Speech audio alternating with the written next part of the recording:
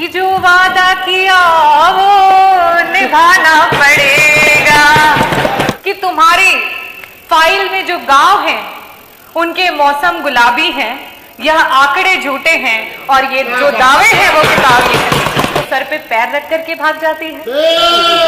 खामोशी ना ओढ़ो, तुम जुबान खोलो, इस जालिम हुकूमत के खिलाफ बोलो। यहाँ मजलूम हर रोज सताए जा रहे हैं, घर कभी गिराए तो कभी जलाए जा रहे हैं। धन्यवाद जी के अभिभाषण के संशोधन में बोलने का अवसर दिया, इसके लिए मैं आपका हृदय से आभार व्यक्त करती हूँ। परंतु अध्यक्ष जी, इस सदन और इस सरकार से जनता यह भी नहीं कह सकती कि जो वादा किया वो निभाना पड़ेगा और जनता का पैसा चुकाना पड़ेगा। अध्यक्ष जी, पहले सत्र में मुख्यमंत्री जी आते हैं और कहते हैं कि हमारी विधायक निधि को उन्होंने बढ़ा दिया, और जब आज हमारा द्वितीय बजट सत्र चल रहा है वहां पे हमारे आदरणीय वित्त मंत्री जी कहते हैं कि वो तो सिर्फ और सिर्फ एक घोषणा थी, समय तो सुनिश्चित किया ही नहीं गया। तो आदरणीय अध्यक्ष महोदय, उसी प्रकार से ये जो अभिभाषण हुआ, ये जो बजट प्रस्तुत हुआ, इन्वेस्टर समिट मीट जो 2018 में हुआ और 2023 में हुआ, ये सब की सब घोषणाएं हैं और जनता ये जान रही है कि इसका समय अभी तक सुनिश्चित नहीं हो पाया है। और आप लोग क्यों घबराते हैं जब विपक्ष ये कहता है कि तुम्हारी फाइल में जो गांव हैं उनके मौसम गुलाबी हैं, यह आंकड़े झूठे हैं और ये जो दावे हैं वो किताबी हैं। और ये बड़ा ही सीरियस मैटर है, क्योंकि ये crisis of credibility of leadership है अध्यक्ष महोदय, और इसको संज्ञान में लेना चाहिए।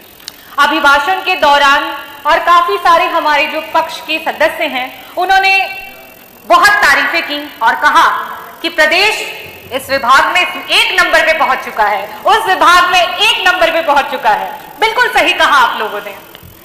मैं भी बारी बारी उत्तर प्रदेश का कौन सा विभाग किस नंबर पे पहुंच चुका है वो आपके सामने बताऊंगी, और प्लीज मेज थपथपाने से आप लोग मत रुकिएगा।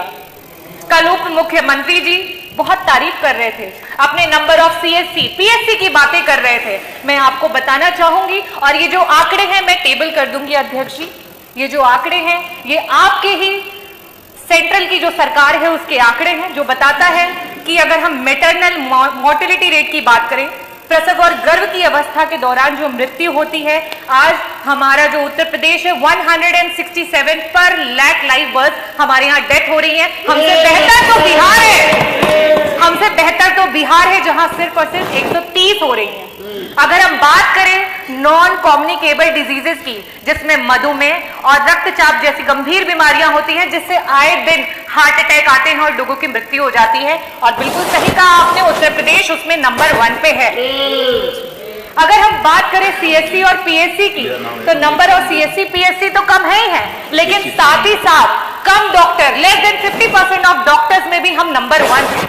अगर हम बात करें पीएससी और सीएससी पे मूलभूत सुविधाओं की, अगर हम बात करें ईसीजी मशीन की, जिससे कि क्विक आप कम से कम ये पता कर सके कि वो मायोकार्डियल इंफार्क्शन का पेशेंट है, और उसको एक इमरजेंसी मेडिसिन दे करके 45 मिनट हाथ में अगर रख करके उसे एक हायर रेफरल सेंटर पे भेज सके, आज हमारे पास ईसीजी की भी सुविधा उपलब्ध नहीं है और हम नंबर 1 पे हैं। अगर हम एमआरआई मशीन्स की बात करें तो हमारे पास लाइब्रेरी में भी यहां तक ये इंफॉर्मेशन नहीं है कि किन किन जनपदों में और सरकार के द्वारा कहां कहां एमआरआई उपलब्ध है, और हम नंबर 1 पे हैं। सरकार बात करती है पिछड़े और दलित के हक की और सम्मान की, और जब जाति जनगणना की बात आती है तो सर पे पैर रख करके भाग जाती है। आज जब विपक्ष ने बात उठाई कि जाति जनगणना करवानी चाहिए, तो आदरणीय मंत्री जी कल वहां बैठे थे और कह रहे थे कि बिहार की आप बातें करते हैं, बिहार तो बड़ा ही खराब है, बिहार में ये होता है वो होता है। बिहार अगर खराब है और उसके बावजूद भी अगर दलित और पिछड़ों का सम्मान कर रहा है, तो आप क्यों धर्म की राजनीति कर रहे हैं? आप क्यों नहीं सम्मान कर रहे हैं दलितों और पिछड़ों का? आप सिर्फ चुनावी दौरान में आपके कार्यकर्ता जो हैं वो जाते हैं ग्राम सभाओं में और दलित बस्तियों में, और मैं बताती हूँ क्या बातें होती हैं। पूछते हैं क्या भाई कौन जात हो, तो कहता है दलित हूं साहिब। कहते हैं अरे नहीं नहीं किसमें आते हो, तो बेचारा का मारा कहता है, आते हैं साहिब, आपकी गाली में आते हैं, गंदी नाली में आते हैं और अलग की हुई थाली में आते हैं साहिब। तो कहता है, हम तो सोचे तुम हिंदू में आते हो। बोले आते हैं ना साहिब, लेकिन सिर्फ और सिर्फ आपके चुनाव में। और आप हक की बात करते हैं। आपके एनसीआरबी के आंकड़े बता रहे हैं कि आपके प्रदेश में सबसे ज्यादा एससी और एसटी कम्युनिटी पे जो है वो क्राइम्स हुए। आज कानून व्यवस्था की बात पर पीठ थपथपाई जा रही है और एनसीआरबी के आंकड़ों को बताया जा रहा है। मैं आपसे ये कहना चाहती हूं, आपकी जो जीरो टॉलरेंस अगेंस्ट क्राइम की जो सरकार है वो सिर्फ और सिर्फ ढकोसलेबाजी है।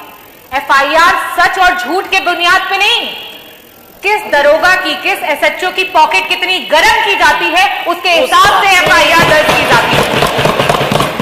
और आपको मैं एक और बात बता दूं कि जाति विशेष अमरोहा में, आपके जनपद अमरोहा में सिर्फ और सिर्फ पूरे जनपद में एक ही जात के सारे लोगों को पुलिस विभाग में डाल दिया गया था। ये तो आप लोगों को स्वयं भी पता होगा।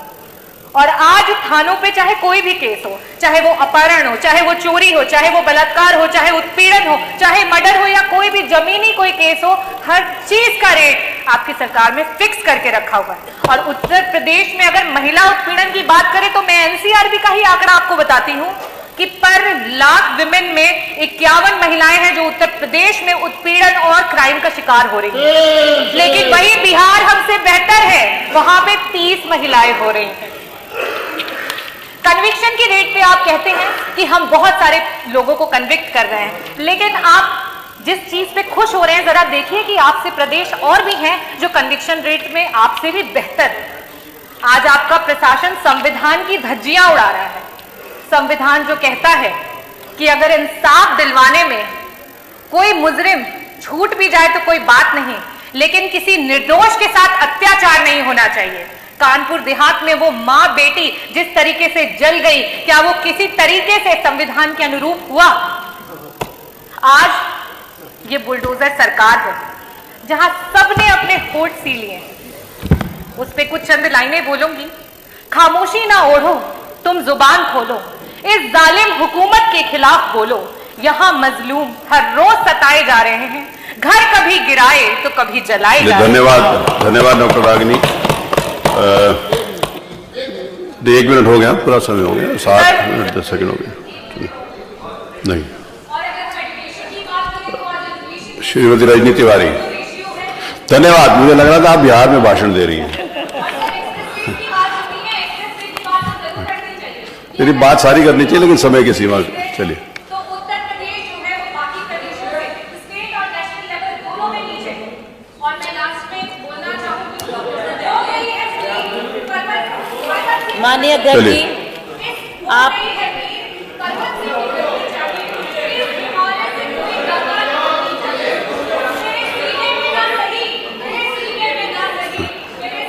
रजनी तिवारी, आग तो लेकिन जलनी चाहिए। माननीय अध्यक्ष जी, आपने मुझे